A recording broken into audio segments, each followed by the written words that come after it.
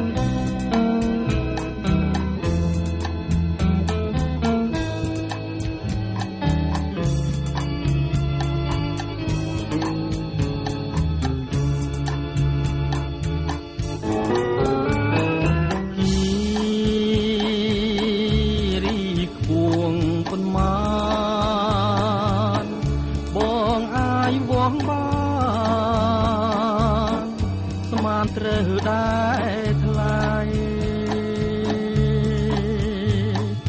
គង់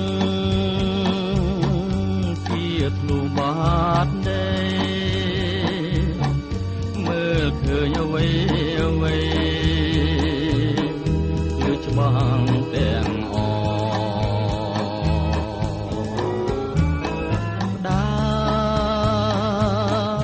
អូនលោកស្នេហាចិនកននេះថាមិនធ្លុងទាល់តែសបានជាបងមិនអាចពំស្រីស្រងពុំងានាងបែកចិនពីប្រមានស្រណឡើយមានស្រណឡើយ